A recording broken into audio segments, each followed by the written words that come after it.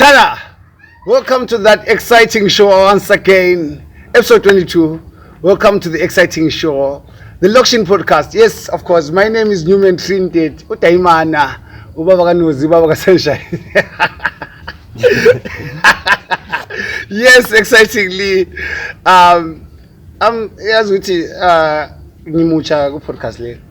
So Unkosi has always been here for so many times. I don't think I should introduce you, my guy. Instead, you were supposed to introduce me. Wagwan, you know how it is. Yeah, man. Yes, Namusha is an exclusive co-hosting with Trinidad. Kumnandi ekhaya. Nakwazi ukuthi uyahlanya. Wathi mawungela mpahla izodlala iTV. Ayadlala iTV. Exciting. Okay, ladies and gentlemen. Yeah, Nkosi, you've been away for a while, Yeah, and it's been a minute. Yes, Baba. I was in South Africa. I was Josie, like. Everett.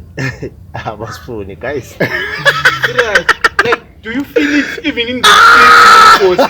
Even in the supermarket? I was funny, guys. Yazi ukungabi le paper manje eJozi. Angazi ukuthi yabo lesibindi, yabo le liver. You know what Yabona my guy, you can actually feel the intensity. Yabona the way abantu abakhuluma ngayo ama foreign nationals, bra. Ngathi ungamoshakala anything into abicabanga ekhanda yakho ukuthi let's hope asikoma Zimbabwe. Let's hope asikoma Zimbabwe. Even wabona ikaka che. It's like Kaida Pega. Mamba bichi amasimbe tari amaZimbabwe. Yonke into baba. Yabona it's like see scapegoat. Yeah. And it's akula, there's no nicer feeling than ukubala. Oh, miyabona. Na bara yazi ukhuluma shit. Ngase goli che bara yazi ukuthi nyama ngifree ba nyama ngikho free. Loba ngazange wahlangana lo muntu othi ngiza kuthathela ifoni but ngihlala ngicabanga yona le what if ngajinje one day ngihambe ekhulu ngisebenzisa itablet ngihlala ku side bag yami ngihlala ngicabanga ukuthi jeke benganjuma ke bembuze unibamba inkuzi njani but ngangiphomba lesibini so ngeke angifana wegasi mina ngihlala emakhokhoba abantu emangalisayo ngafanana nyabangena ngihamba ngi1 by the way so ngangi-explore indawo ngi1 but baba ngiyakufika uva nje level senzani bra nxa ungena eShoprite yabo bophanisa i ucounty ungabe lo muntu oza kufanisa I think lo ngambone emabhasini ezimo lo apot lo othol hey bra it's under the bridge. Kuyiswi like it's nice bra, it's nice being there but bra Jay la uyafisa Jay la ukuthi Jay ibe ngakukhayela ifani Yeah. Cause Jay yajumpisa anye uthi Jay Ayike into enjalo. ngathi nje ngathi umchova ngajumpula iza lezi 10 zimvala umlomo awuzasijumpisela wena singamaZulu lapha kaTwesani itaxi le umchova ufuna ukugada umchova wena uyagada umchova ugada baba ugibela itaxi ngesitete ayemdulini lwana okwazibala lapha sebelibamba these days bayalalela ama volunteer bengana kulalela nxa uhida and la these days akudayivela ama volunteer amaZimbabwe ama volunteer kade sebeqhatsha off ama South Africans qala kwangamaZimbabwe qala kwakuhlanganiswa baba because you need a Zimbabwean to get a Zimbabwe. Yeah, like for real. Yeah, because yabasazela ngaphi isindebele. Yasomela ube nomunye umndebele osaziwa. Anya utshela ukuthi indoda vele ephumala. Sometimes ke ngezothiwa uthi thawe ncafu kubamba abantu ethi ebona bapha umduli. Ezethu zonke vele sihlezi namathele umduli. uyawazi umduli Yeah. But ngale bamba ibonda. Ngale libonda ngathi umduli yawumisa ikhanda. Ngiyongafika kwamanye amabala deep but umduli yabo ngabe kublock. Tell sebethi elbow So manje ngangisensitive kwenye itekisi epark la eThembisa. Ngithola abantwana abama 4 abo grade 2, grade 1, grade 2 badlala bodwa. So I think phakathi kwabantwana laba kwakulo mZimbabwe. So babezama ukumbamba ukuthi iyakwazi isiZulu. Bathi yona sasizulu uthi ya. Bathi yini indololwane ngeSizulu? ngabe akuzwa amanye amaZimbabwean hayi ubuzwa kumZulu umntana omZulu uthi uyasazulu ngithi elboyini so hayi like not elbow yini indololwane ngesizulu Sekusehloko. Bekani uthi bekwazi ukuthi ngesindebele siyakwazi ukuthi umZimbabwean Indololwane. indololwane ngesizulu ngikuyi indololwane lakho Indololwane. so bafuna ukukuvexa ukuthi wena uzezulu uqambela inyibala okay Zithi elbow. Twi. Elbow. but I think okaza ama short sleeve wajambisa kakhulu vele bakuhamba so fast I think okunye. Ama dress code. ikewete mvuku Angeke go 3/4 lesicathulo. only volunteer Before corner. Uchayi tracksuit uqoqa uchayi isicathulo lesize tuxedo. Uchayi for corner uchayi tuxedo wena. Wenzani? short sleeve trekkings Uchayi le tennis lelanethwa yilani? High tech. but not ukuthi Bayalithanda. I'm not saying amashort bit Yeah. but azokuyitsho kade ngibonga ukuhlangana la across ukuthi imagine umuntu okhuluma amalimi ngesishona So manje okubabhowayo the other thing ebabhorayo khona ukuthi ilanguage yethu is so similar ukuthi sebesithi senza amazulu. all right sikhuluma Hayi isindebele but sizama uku-explain ukuthi hayi yabona lapho esibuya khona safundisa uhlelo lwesiZulu asifundanga uhlelo lwesindebele. Uyakhumbula esikole form 4 safunda uhlelo lwesiZulu yabona yeah so i-language yethu at some point izahlangana uyabona ayimanje khona apho baba kube la so because laba lakathi ngithi khosi ya angazi ukhosi kwahlala South Africa for a lot of time Sure, yeah. like isikhathi eside so ngifuna ukwazi eSouth Africa baqhakathekisa uthatha abafazi abaningi like they ukuthi still keep it traditional insizwa baba Yeah. yabona ku-culture yesiZulu isithembu sikhona and is practiced. You understand ukuthi wena ungavuka namuhla wena Diamond udecide ukuthi ifortune udecide ukuthi sifuna ukuba wena inxele labantwana nabafazi abayi3 yabo kuyakuthiwa bahamba bekhuluma ezapha abadala betsheke hayi umfana secabanga ukuthi ayenze so kwenziwe bazavuma abadala but angiyali ukuthi kungaba khona kusharp futhi but umbuzo wami ukuthi isafety this are they still considering like khathesi ukuthi sikhuluma ukuthi kule mkhuhlane landani so loba siya khona pha consult umalumami lo babami kumbe lo gogwami ukuthi asemfuna uthatha umfazi wesi3 ngowesi4 ngiza kuyenza njani ngizahamba ngekase setesta yini sifont yasonke sisephi because lapho karesi obviously kuyabukela abafazi abayi4 Yeah. so ngizabakwazi njani ukuthi mancu ngiyonthelela i-AIDS kumbe umamoyo kumbe umabhanda so ngizama ukubuza ukuthi if they are still keeping that tradition are they aware of these kind of things umbe what's your take like akade mvele kade mbuza ukhosi sorry kade mbuza ukhosi from the South African perspective since we have been living in South Africa Those people think vele kahle kahle into yokuqala to them it's pride. to have so many wives Like ngathi it's a certain standard ukuthi like I want to prove nakubadala ukuthi I'm a man ngiyinsizwa sengiyindoda I can take care not only yeah so like so being a man means like you should have so many wives so that you can prove yes to other men that sorry ngicela ungenile a question lo yithuko wena afisa ukuba labafazi abayi3 bonke bezwisisana iphila mnandi semndawo nje eqinisweni awufisi inkosi amafisa Diamond mina yazi ngiligwala yazi why not ukuthi twa ngizenza osabi imkhuhlane and stuff like but awumfazi challenge bro oyi-one already and mina I'm one that ngiyakwazi nkosi ngiyesungakuthatha in a different way but mina ngendlela yami engicabanga ngayo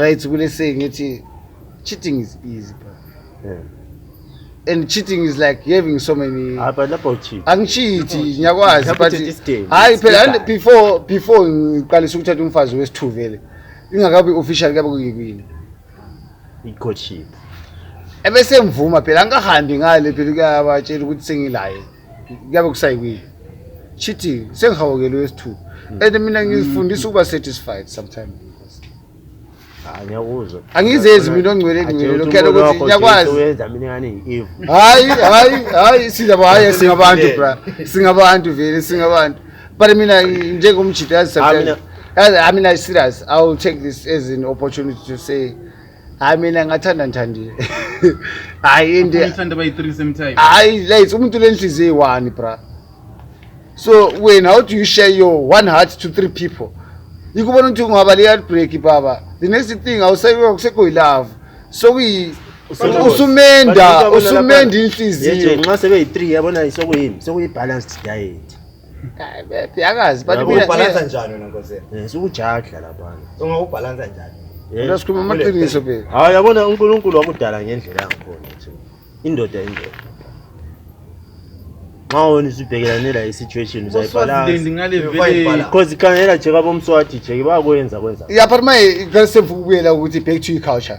That's why I was asking the South African perspective of it. It's pride then. And manje yabona ukuthi why I asked now it comes back.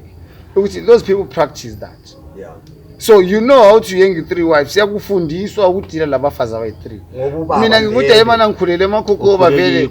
And mina the next girlfriend ezayithola wes2 udayimana serombile and kalezi veki yasothiwa yabona ke akukho nje ekastage asikubeke hayi asikhuluma amaqiniso right asikhuluma amaqiniso kalezi ekasi lakho nabangaka amajito waziyo labafazi abayi2 official hayi akula yabo so asikupractice thina it's not our thing so ngcola and it will become difficult with the way the contest ulayitha icho ulayitha lapha uthe uyafisa yini. Yeah, but reality mina nje angifisi because asokukwalisa. So mina ngikhulume esayidini yomuntu onjani oncanywayo. I understand my dog. Ngezinye indlela. If it were possible. Yeah. Mina if it were possible. Yes, the reality still yes it. It's not something that I'm looking into my dog. That's the reality. Angikukhangelanga. But in reality but since kubuye endleleni yami ngami ngithe you wouldn't mind. Mina kungabuya lami kuthiwe it's a must. I understand. Yikho mfika khona. Lalela so mina yazingithini manje. Ipoint yami ukuthi asiku practice. Like kade ngibuza khona ukuthi ekasi lakho bangaka amajito wazithi awule bafazi abayi2 official. Ayikho official but almost ngithi yani laba sikhuluma ngento ezi official ukuthi official. Isithembu lesasikwazi ukuthi awulayitsi uthanda lo mama lo maphi. Oh like sithanda lo maphi nje. Hayi. Yeah uyathandana. Bari ngizama ukusho njalo ukuthi asiku practice because ukuthi sibekwazi ukuthi how to yengi with abafazi abayi2 ukuthi sometimes kaleswela alright asibuze wena kalesi ngathi alright member yami sebeyi3 number bonke antu yakwazi ukuthi uma banda la efuna ukuthi ebelesikhathi sakhe lo maphiri la lo mamoyo wena uyakwenza njani so nje bona ukuthi kunjani okwento lokuyana nje okwento lokuyana bonke uyababekela istory bonke yezwa from yena lwana meeting zwana mhlale phansi uqala ngokuqala zwana nje into esenzakala lapha ukuthi lapha sokulomunye umntwana lapha ozabezo ukuncedisa I process sengi understand sesivumile so ke sesi3 sesiphila la select man hayi lapha I process ngithi sesivumile ngithi process sesivumile nangu maphi nangumanyo nangumabhanda lapha then una nangiyana lapha njengoba basuka beke lapha sujagla nje lapha niyazwenza i-Tuesday ngekamamoya nje obvious I wanted to go there right yabona uso sesikwazi lapha kumaphi akula straight akula noma ngaze sikhulise njani wena mamoyo ngemande Tuesday ngeWednesday ngomaphi hayi izinto engitho nje ayakuza nje lezi zindaba eziserious bra ayakuza umele you must pay attention yamthwazisa ndoda ngitshela ukuthi nani ngeWednesday ngiyakumabhanda Alright, so ngiyabela back to my point ukuthi so lapha liyakahlalisa lo maphiri lo mabhanda lingakhombisana ungakhombisa uyani lo maphiri so kuyi mabhanda then sekuyi manyoni lapha then first relationship lapha nxa usiya to the next wife liyenza ukuya testa lonke lo yi3 kumbe ziyakhala Yabona kumbe manje alaba nyabuze la cause yabona manje abona umbuzo important So lezi because lami njona judgwa ngabo Ndlunkulu because umjida gets it right from the first wife in everything. Alright. So first wife nyaphoma ukuyimagina uNdlunkulu wakhona wathi if uNdlunkulu yena vele uaffected already yabona straight. hayi phela so nxa uNdlunkulu affected iyajazikhala in terms of alright let's say wena because alright mina ukuthi umntwana lwana wena ungajayini Wena into lesi le 5 years yenzakala ngisho polygamy je dangerous je hayi but manje mina don't think ukuthi abantu abama polygamy ba spirit lani HIV kakhulu thina singekho ma polygamy ayikho ngibuza emalala useceleni aba relates ngikho ngibuza khona ukuthi uphuma seceleni ngikho ngwezilele ukuthi Ndlunkulu nawo semphumile ngathi to the next wife iprocess liyana ngithi siyatestana yini before ukuthi uNdlunkulu appreciate it hayi umzangena emashidi nami alright wena mina into engifuna ukubuza wena sokusiya ukuthi wena ulichape linganani njani cause wena yawumele make sure ukuthi uyatesta lapho singakafiki nalwana uma sister nalwa anje Ndlunkulu nguyaqala ukutesta la wathola umunye umfazi watesta laye bra lo Ndlunkulu wabakwazi ukuthi umuntu lana uteste laye yabona ngoba phela le discussion yethu ka test thina esiphoma ukucabanga ngayo but I reality yini inkosi icho njalo yini ukuthi nxa sintopo wesithuka resumamo somele lo Ndlunkulu ebekwasila sikusem status yini kumbe lapha na siyayenza kuze ubuye wes3 kumbe ubuye wes4 kuze ubuye wes5 iqiniso yena amapostori phela kodwa eqiniso into abayenzayo amapostori lokho eqiniso ngale mvuka ukukhuluma njalo futhi eZimbabwe khona polygamy like officially kwenze number isat irelaxile ithule abantu emakhaya bayithuna but ithula ayibangimsindi polygamy yakho lamapostori yazi bakhona wena kadesi wena ngabe wena inxe udeep ngale deep naye esishonene ngala ukuthi ngeke wena ngabe lomfazi wele 8 years umfazi wele 8 years in what sense why ngokabhuti wakho right yabo wena since kunguyi last born chayisane laye but mina ngi haya mina anje hayi awuthi hayi ngudayimani mina nyayana awuthi hayi hayi awuthi hayi ngiyani bra bakutshela ukuthi bra zwani into le kudala yenzakala uqale ngawo nto ukhulu wakho wathatha umfazi le 75 years wena yini ehlukene ngawo so ubona ngani mina kathesi ngithi ngisuka lapha sibili abantu bonke bebekwazi lo mfazi wami le 85 imbani wonke umhlaba uza understand ukuthi umfazi wami le 85 years okwabhutwana abantu abadala yanunga thina yazo ngalikhisa umlomo nikayo abantu abadala balesimeli sabo ncevele ngomagogo sezinathela injeni yakhe hayi nje akho sometimes akule imithetho esivumela for nothing umuntu omdala esathuthi hayi ukuthi yokufika erumini lakho uthole erumini lakho uqishila yithi erumini lakho but uthi ufika erumini lakho uthi apha lapho kulesimeli somuntu ovele ekhaya kulekhala kule khaya elifikile yakuzo kuyisimeli hayi ayikuthi sinuka kubi njani but if amazima bephonga ukuthi dancer again